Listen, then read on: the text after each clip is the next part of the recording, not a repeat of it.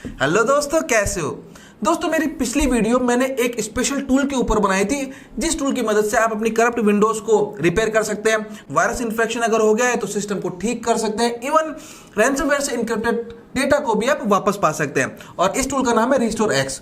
एक ने लिखा है कि क्या ड्यूल बूट सिस्टम के अंदर हम इस सॉफ्टवेयर का यूज कर सकते हैं। एक ने लिखा है कि क्या पहले से वायरस इन्फेक्टेड जो हमारा डेटा है क्या उसको हम रिपेयर कर सकते हैं। एक ने लिखा है कि भाई अगर हमारी स्टोरेज डिवाइस करप्ट हो जाए तो क्या होगा। तो ऐसे बहुत सारे डाउट्स और बहुत सारी बातें हैं जो आपके मन में भी आ रही होगी। तो चलिए एक एक करके उन सबको क्लियर करते हैं। डाउट्स भी क्लियर करेंगे, लेकिन उसके पहले कुछ इंपॉर्टेंट बातें हैं जो इस सॉफ्टवेयर के बारे में आपको जानना जरूरी है। पॉइंट नंबर 1, अगर अभी आप जो विंडोज का इस्तेमाल कर रहे हैं दोस्तों, उसके अंदर कोई एरर है, बग्स हैं, या फिर वो पूरी तरह से प्रॉपर फंक्शनल नहीं कर रही है, तो इस केस में अभी आपको रिस्टोर एक्स यूज नहीं करना चाहिए। पहले आप अपने सिस्टम को फॉर्मेट कीजिए और उसके बाद फ्रेश विंडोज के अंदर ही आपको रिस्टोर एक्स को यूज करना चाहिए, तभी आप इसकी फुल पोटेंशियल का यूज कर पाएंगे। पॉइंट नंबर 2, अगर आप अपने सिस्टम के अंदर एंटीवायरस का यूज कर रहे हैं तो रिस्टोर एक्स को इंस्टॉल करने से पहले कुछ देर के लिए, यानी कि टेम्परेरी टाइम के लिए, अपने एंटीवायरस को आपको डिसेबल कर लेना चाहिए और उसके बाद ही रिस्टोर एक्स को इंस्टॉल करना चाहिए। अब देखो, जैसा कि मैंने आपको मेरी पिछली ट्यूटोरियल वीडियो के अंदर बताया था कि ये सॉफ्टवेयर ऐसा है जो आपके बायोस के बाद में और विंडोज से पहले ही अपने फाइल्स को मेमोरी में लोड कर लेता है। अब चूंकि ये जो फंक्शन है दोस्तों, इसके अंदर विंडोज की BSOD फाइल्स जो होती है उनके अंदर मॉडिफिकेशन करना पड़ता है सॉफ्टवेयर को।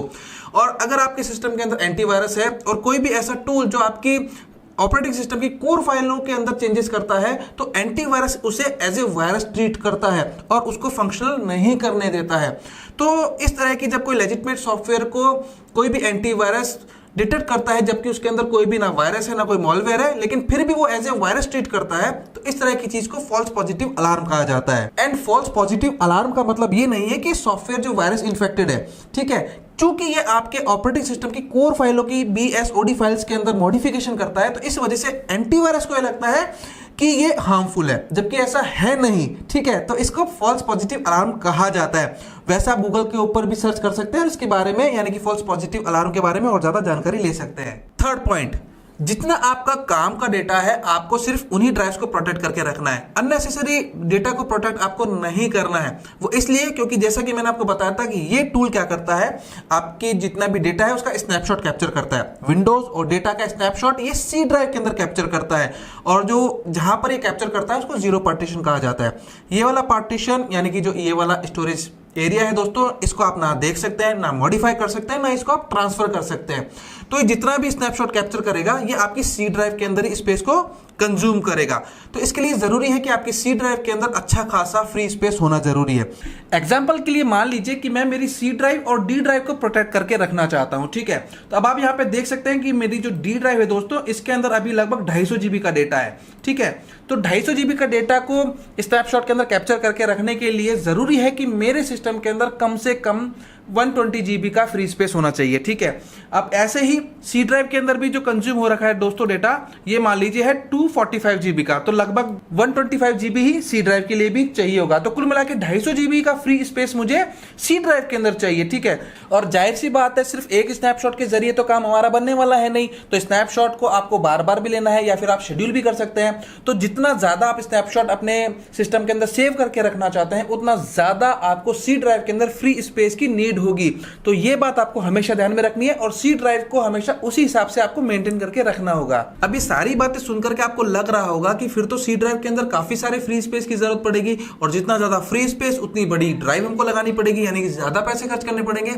अगर मैं आपसे कहूं कि ये आपको बहुत ही किफायती पड़ने वाला है, तो आप क्या कहेंगे? अब देखिए दोस्तों, मान लीजिए आपके पास एक 2 TB की ड्राइव है जिसके अंदर आपका पूरा डेटा भरा हुआ है 2 TB का, ठीक है। अगर आप उसको बैकअप लेना चाहते हैं तो कम से कम आपको एक 2 TB की ड्राइव तो लेनी होगी जिसके अंदर आप अपना सारा 2 TB का डेटा ट्रांसफर कर सकें। लेकिन अगर आप अपने सिस्टम के अंदर रिस्टोर एक्स यूज कर रहे हैं तो आपको यहाँ पर 1 TB की ड्राइव की ही जरूरत पड़ने वाली है, और उस 1 TB ड्राइव के अंदर भी आप मल्टीपल टाइम्स के स्नैपशॉट को कैप्चर कर पाएंगे। यहाँ पर आपका जो डेटा है वो सेव क्या हो रहा है 2 TB का, स्पेस कितनी रिक्वायरमेंट है 1 TB, वो भी मल्टीपल टाइम्स, ठीक है। तो यहां पर आपकी विंडोज भी प्रोटेक्ट हो रही है, आपका पूरा का पूरा डेटा भी प्रोटेक्ट हो रहा है, स्पेस भी आपका कम लग रहा है कंपैरेटिवली ट्रेडिशनल मेथड से अगर आप कंपेयर करते हैं, तो यहां पर आपको हर तरीके से बेनिफिट ही मिलने वाला है। Antivirus versus restore x.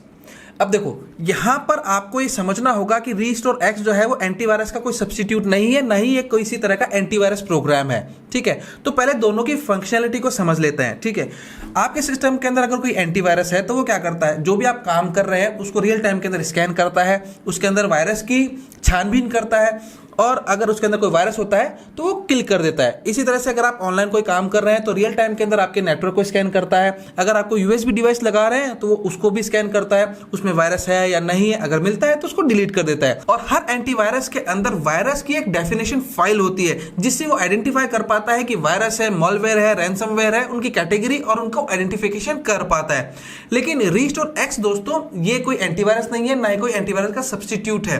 अगर आपके सिस्टम के अंदर कोई एंटीवायरस नहीं है, आपने खाली रीस्टोर एक्स को यूज कर रखा है, तो आपके सिस्टम के अंदर वायरस एंटर हो जाएगा, आपका सिस्टम इन्फेक्टेड भी हो जाएगा। हालांकि ये है कि आप रीस्टोर एक्स की मदद से आप अपने सिस्टम को वापस पहले यानी कि वायरस लगने से पहले वाली पोजीशन के अंदर रोल बैक कर सकते हैं। तो जो वायरस इन्फेक्शन है वो रोल बैक हो जाता है और आपका सिस्टम वायरस फ्री हो जाता है। लेकिन आपको यहां पर समझना होगा कि दोनों ही चीजें अलग अलग है। एंटीवायरस का काम अलग है और रीस्टोर एक्स का काम अलग है। आप चाहें तो अपने सिस्टम के अंदर रीस्टोर एक्स के साथ में एंटीवायरस भी रख सकते हैं, ये पूरी तरह से आप पे डिपेंड करता है। दोस्तों अगर आप रीस्टोर एक्स 360 को किसी भी रीजन से अनइंस्टॉल करना चाहते हैं तो इसके लिए सिंपल आपको कंट्रोल पैनल के अंदर आना होगा एंड देन यहां पर आपको प्रोग्राम एंड फीचर ऑप्शन के अंदर आना होगा एंड यहां पर आपको मिलेगा रीस्टोर एक्स। अगर आपने यहां पर कोई एडमिन पासवर्ड लगा रखा है तो अनइंस्टॉल पे क्लिक करने के साथ ही ये आपसे पासवर्ड पूछेगा। अभी मैंने यहां पर कोई पासवर्ड नहीं लगा रखा है तो ये कोई भी आस्क नहीं करेगा। ठीक है, एंड इसके बाद यहां पर आपको यस पे क्लिक करना है एंड देन यहां पर आपको 3 तरह के ऑप्शन दिखाई देते हैं। पहला ऑप्शन आता है uninstall to the current system, keep the system as it is, यानी कि जैसा अभी आपका है एज इट इज, ये उसी पोजीशन के अंदर अनइंस्टॉल हो जाए, कोई भी मॉडिफिकेशन कोई भी चेंजेस आपके सिस्टम के अंदर नहीं होंगे। ठीक है, और अगर आप चाहते हैं कि रीस्टोर एक्स को इंस्टॉल करने से पहले जिस पोजीशन के अंदर आपका सिस्टम था उस पोजीशन के अंदर वापस रीस्टोर हो जाए तो यहां पर आपको सेकंड वाला ऑप्शन सेलेक्ट करना होगा, uninstall to the baseline, return the system back to before restore X was install. Second option आपको तब चूज करना है। ठीक है, एंड थर्ड वाले ऑप्शन पे आप क्लिक करेंगे तो यहां पर जितने भी स्नैपशॉट आपके सिस्टम के अंदर कैप्चर किए हुए होंगे उनकी लिस्ट आपके सामने आ जाएगी। और अगर आप ये चाहते हैं कि अनइंस्टॉल होते होते ये सिस्टम पर्टिकुलर उस स्नैपशॉट के ऊपर रोल बैक हो जाए तो वो पर्टिकुलर स्नैपशॉट आपको सिलेक्ट करना है, तीसरे ऑप्शन को सिलेक्ट करना है एंड देन इसके बाद अनइंस्टॉल पे क्लिक कर देना है। That's it. तो चलिए फटाफट अब व्यूअर्स के डाउट भी क्लियर कर लेते हैं। एक व्यूअर ने पूछा था कि क्या ये ड्यूल बूट ऑपरेटिंग सिस्टम पे भी काम करेगा। तो देखो अगर आपका dual boot Windows plus Windows है तो हाँ ये 100% वर्क करेगा। लेकिन अगर आपने विंडोज के साथ में उबंटू, लाइनेक्स या फिर कोई और ऑपरेटिंग सिस्टम के साथ में ड्यूल बूट तैयार कर रखा है तो रीस्टोर एक्स फंक्शन नहीं करेगा। हमारे अगले व्यूअर ने हमसे सवाल किया है कि अगर हमारी स्टोरेज डिवाइस ही करप्ट हो जाए तो क्या करना होगा। तो देखो अगर पार्टीशन करप्शन की वजह से या फिर EFI के अंदर करप्शन आ जाता है, उस वजह से अगर आपके सिस्टम के अंदर प्रॉब्लम हो रही है तो रीस्टोर एक्स इसको 100% फिक्स कर सकता है। ठीक है, लेकिन अगर आपके सिस्टम के अंदर हार्डवेयर लेवल के ऊपर फॉल्ट आ गया है, जो आपकी स्टोरेज डिवाइस है वो नॉन डिटेक्टेबल हो गई है, तो चूंकि आपका ये जो रीस्टोर एक्स टूल है ये भी उसी स्टोरेज डिवाइस का हिस्सा है, स्नैपशॉट भी उसी डिवाइस का हिस्सा है, तो वो सब लॉस्ट हो जाएगा और इस केस के अंदर आपका रीस्टोर एक्स फंक्शन नहीं कर पाएगा। हमारे अगले व्यूअर का सवाल है कि क्या पहले से वायरस इन्फेक्टेड डेटा को ये टूल रिपेयर कर सकता है, वापस ठीक कर सकता है। तो इसका जवाब है नहीं कर सकता। जैसा कि मैंने आपको बताया कि ये टूल विंडोज को और आपके डेटा को प्रोटेक्ट करता है स्नैपशॉट के जरिए, तो इसको वापस रोल बैक करने के लिए स्नैपशॉट्स का होना जरूरी है। क्योंकि पहले से आपके सिस्टम के अंदर वायरस इन्फेक्शन हो चुका है, आप टूल का यूज नहीं कर रहे हैं, तो आप उसको पहले वाली पोजीशन के अंदर रोल बैक भी नहीं कर सकते हैं। तो पहले से वायरस इन्फेक्टेड डेटा को आप रिपेयर नहीं कर पाएंगे। तो दोस्तों उम्मीद करता हूं कि आपको आपके सारे सवालों के जवाब मिल गए होंगे, लेकिन फिर भी आपके मन में कोई डाउट है, कोई सवाल है, कोई क्वेरी है तो आप कमेंट करके मुझसे पूछ सकते हैं। और दोस्तों मैं ये रिकमेंड करता हूं कि आप अपने सिस्टम के अंदर रीस्टोर एक्स को जरूर यूज करें, क्योंकि काफी अच्छा टूल है, विंडोज और डेटा दोनों को प्रोटेक्ट करके रखता है। मुलाकात होगी अगले वीडियो में। गुड बाय, जय हिंद।